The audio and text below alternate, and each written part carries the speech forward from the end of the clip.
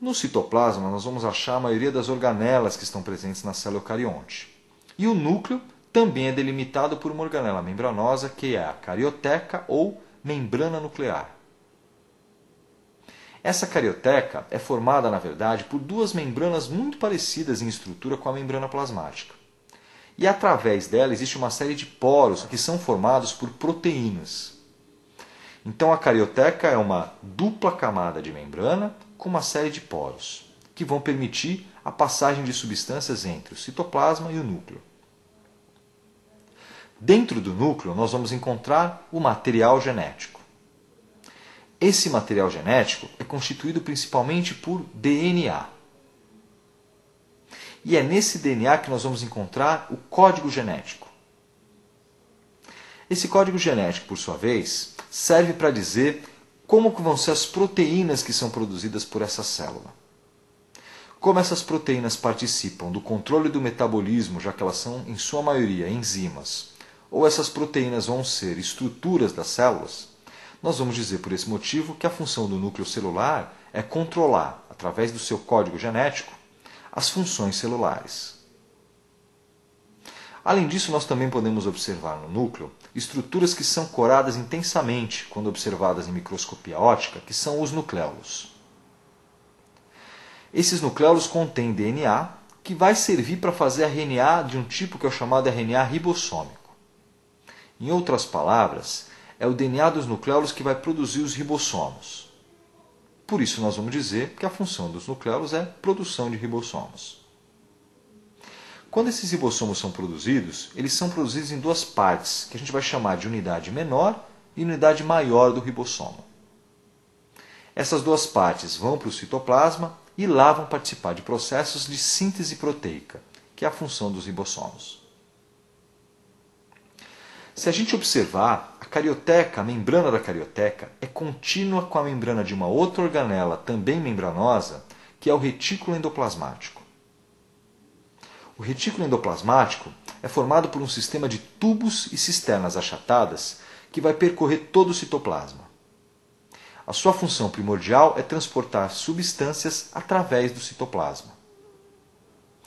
Esse retículo ele pode ser dividido em duas partes, uma parte ou porção lisa e uma parte ou porção rugosa. A porção rugosa tem esse aspecto porque os ribossomos que vão para o citoplasma logo em seguida se prendem à membrana do retículo e constitui o retículo endoplasmático rugoso. Por esse motivo, nós também vamos dizer que o retículo endoplasmático rugoso é capaz de produzir proteínas. As proteínas são produzidas e jogadas dentro do retículo. O retículo liso também pode produzir certas substâncias, por exemplo, lipídios.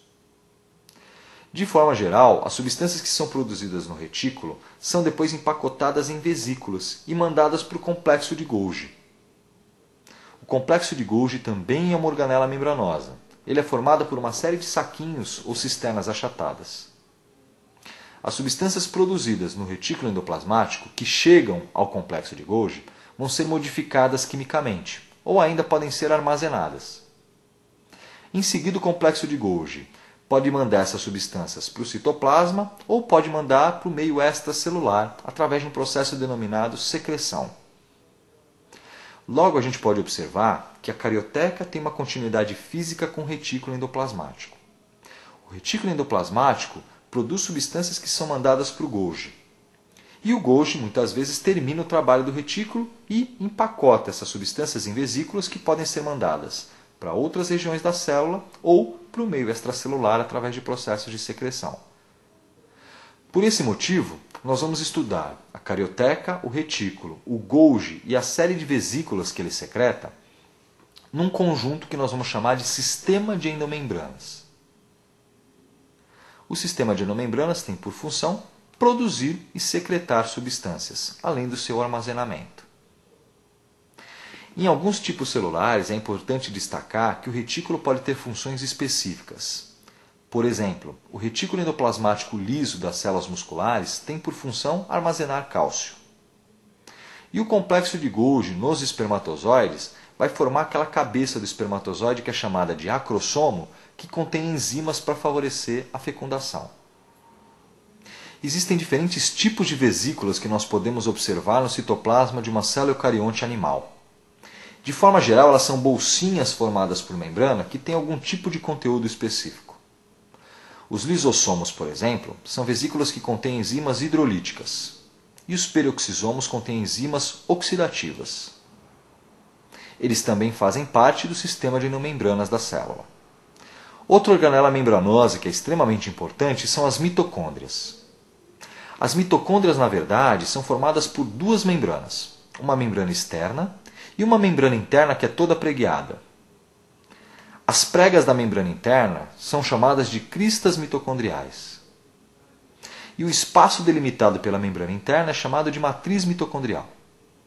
Na matriz mitocondrial é que acontece o famoso ciclo de Krebs. E nas cristas mitocondriais, a chamada oxidação fosforilativa ou cadeia respiratória.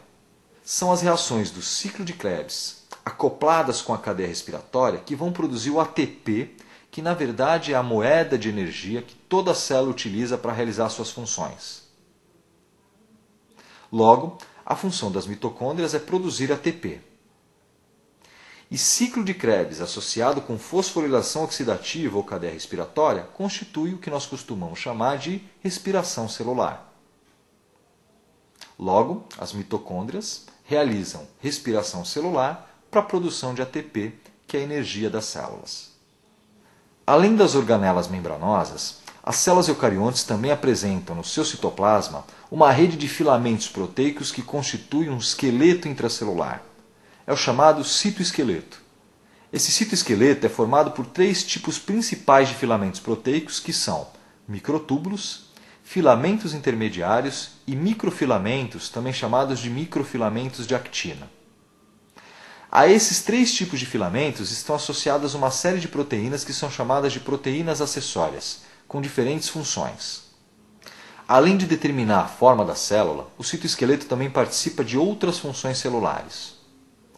Toda função que diz respeito ao movimento de coisas dentro do citoplasma ou ao movimento da célula no meio em que ela se desloca envolve estruturas do citoesqueleto. Os cílios e os flagelos, por exemplo, que estão envolvidos no movimento das células, são formados por microtúbulos. No processo de fagocitose, os microtúbulos também vão participar. E, além disso, da divisão celular, quando eles formam as fibras do fuso. Muito bem, essa é uma visão geral da célula eucarionte animal. Você também tem outros materiais que pode estudar para se aprofundar mais no assunto. Agora, mãos à obra e bons estudos.